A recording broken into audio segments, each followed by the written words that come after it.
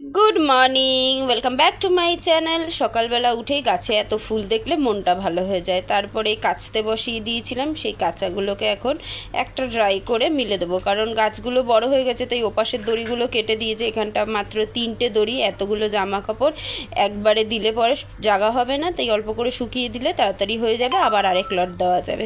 এখানটায় মার ঘর থেকে একটু ছাতু নিয়ে আসলাম, আর চিনি দিয়ে মুড়ি দিয়ে মেখে নিব এখন খাবো বলে। আমার না ছাতু মুড়িতে বেশি পরিমাণে চিনি দিয়ে মেখে খেতে খুব ভালো লাগে, মুখের মধ্যে যে চিনিটা কটকট করে পড়ে ওটা বেশ আমার খেতে ভালো লাগে। তো আজকে সকালবেলা খুব খিদাই পাচ্ছিল, তাই জন্য আমি ছাতু মুড়ি নিয়ে বসলাম। না হলে রোজ তো 1 কাপ চা খাই, তার সঙ্গে 2 কি 4টে বিস্কুট খেয়ে নিলে আমার সকালের ব্রেকফাস্ট হয়ে যায়। আজকে অনেক দিন বাদে খিদাটা বেশি পেয়ে গেছিলো, তাই জন্য ভাবলাম একটু ছাতু মুড়ি খেয়ে নিই। আর টিফিনটা একটুখানি ভরা পেট থাকলে পরে তারপরে দেরি করে রান্না করলেও অসুবিধা হবে না। তো সেই কারণে এখন খেয়ে দিয়ে নিয়ে তারপরে রান্নার দিকে যাব। তো সব দিকে মানে গ্যাসের সব দিকেই রান্না বসিয়ে দিয়েছি, তাহলে তাড়াতাড়ি হয়ে যাবে। ওইদিকে ভাত হয়ে গেছে, আর এদিকে এখন লাউ শাকের ডাঁটা, শুধু পাতা সেরকম নেই, আর বেগুনও ছিল না ঘরে। আলু দিয়ে আর বড়ি দিয়ে লাউ ডাঁটাটাকে তরকারি করছি, আর পাতাগুলোকে আজকে বাটবো। অনেক দিন লাউ পাতা বাটা খেতে ইচ্ছা করছে। আর তারপরে মা বলল কি একটা জ্যৈষ্ঠ মাস না কি মাস পড়ে গেলে নাকি লাউ শাক আর খাওয়া যায় না, সেই কারণে মা বলল এখনই বেটে নাও, আর কয়েকদিন বাদেই নাকি জ্যৈষ্ঠ মাস পড়ে যাবে। তো যা লাউ পাতার জিনিস খেতে ইচ্ছা করছে এখনই বানিয়ে খেয়ে নাও। যদিও এগুলো কুসংস্কার অনেকেই বলবেন, আবার অনেকে মানেনও। তো আগেই আমি বলেছি আমার সংসারের জন্য যেটা ভালো হয়, সেটা যদি কুসংস্কারও হয় সেটা আমি মানি। তো এখন আমি লাউ পাতা বাটা করছি। তো তেলের মধ্যে কালো জিরা ফোড়ন দিয়েছি, আর লাউ পাতাটা যখন বেটেছিলাম ওর মধ্যে লঙ্কা বেশি করে, মানে কাঁচা লঙ্কা বেশি করে, আর বেশ কয়েক কোয়া রসুন দিয়ে এটাকে বেটে নিয়েছিলাম। এবারে জাস্ট এটাকে খালি ভাজবো ভালো করে তেলের সঙ্গে। একটু সামান্য হলুদ দিলাম, আর দিলাম একটু লঙ্কার গুঁড়ো। তো লঙ্কার গুঁড়োটা যদি লঙ্কা বেশি দিয়ে থাকেন আর দেওয়ার দরকার হয় না, আমি একটু ঝালটা দেখলাম কম আছে তাই জন্য লঙ্কার গুঁড়ো দিলাম। তারপরে দিয়ে দিলাম পরিমাণ মতো নুন, আর লাস্টের দিকে একটুখানি চিনি দিয়ে এটাকে নাড়াচাড়া করে নামিয়ে নিলেই হয়ে যাবে। এটা একদম গামাখা হয়ে যাবে। তো আজকে কিন্তু এই যে অনেক পদই আছে, লাউ পাতা বাটা, কুমড়ো ফুল, ডিমের ঝোল করেছিলাম, এখানে আমের চাটনি করেছিলাম, আর এই যে বড়ি দিয়ে আলু দিয়ে লাউ শাকের ডাঁটার তরকারি। আজকের দুপুরে লাঞ্চে এটুকুই। তো দুপুরে খাওয়া দাওয়ার পরে এখন সন্ধ্যাবেলা, তো দুজনের খিদা পাচ্ছে বললো, টিফিনে কী খাবে করছিল। আর এদিকে দুধ কেটে গেছিলো, তাই জন্য সেটাকে আমি ছানা করে নিয়েছি, চিনি দিয়ে খাবো। আমার জন্য 1 কাপ কফি করেছি।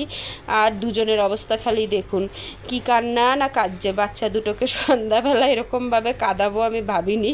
মানে পেঁয়াজে এত ঝাঁজ যে ওদের পেঁয়াজের ঝাঁজে কান্নাকাটি শুরু হয়ে গেছে। এখন মুড়ি মাখছে, আর আমি এদিকে এখন একটু ছানা খাচ্ছি। তো গোলুকে বললাম খা, বুচান আবার এগুলো একদমই খায় না, এই ছানা টানাও খেতে একদম ভালোবাসে না। তো বুচান গোলুকে একটুখানি খাওয়ালাম, গোলু একদম অল্প একটুই খেলো, খেয়ে যদিও বললো ভালো, কিন্তু তারপরে আর নিল না। ওই যে দেখুন ওইটুকু মুখে দিল, তারপরে আর নিল না।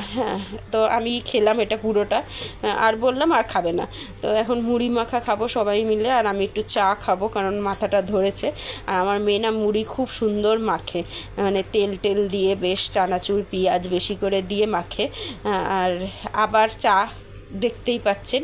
আর এখন কিন্তু অন্ধকার হয়ে গেছে, বাইরের ওয়েদার একদম ঠান্ডা, বৃষ্টি পড়ছে আর ঝোড়ো হাওয়া দিচ্ছে, তাই আবার চা বসে গেল।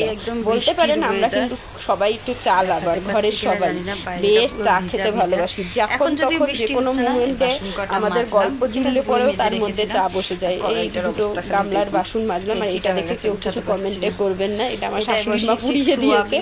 এখানটা এখন বসিয়েছিল সোয়াবিন আলুর তরকারি। আর যেহেতু বৃষ্টি মানেই খিচুড়ি, এই গরমে তো খিচুড়ি খেতে পারছিলাম না, আর আমি খিচুড়ি খেতে খুব ভালোবাসি, তাই সোয়াবিন আলু দিয়ে আর মুগ ডাল ঘরের চাল দিয়ে বসিয়ে দিলাম খিচুড়ি।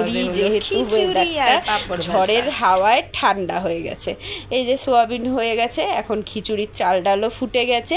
আর এর মধ্যে এখন সোয়াবিনগুলো মিক্স করে নেবো, মানে সোয়াবিনের তরকারিটাকে মিক্স করে নেবো। যেরকমভাবে আলু কষিয়ে নিয়ে ফোড়নে দেওয়া হয়, আমি তার সঙ্গে একটু সোয়াবিন দিয়েছিলাম যাতে আর কিছু রান্না করতে না হয় এর সঙ্গে, না হলে আবার আলুর দম টম বানাতে হতো, আর বানাতে যাতে না হয়।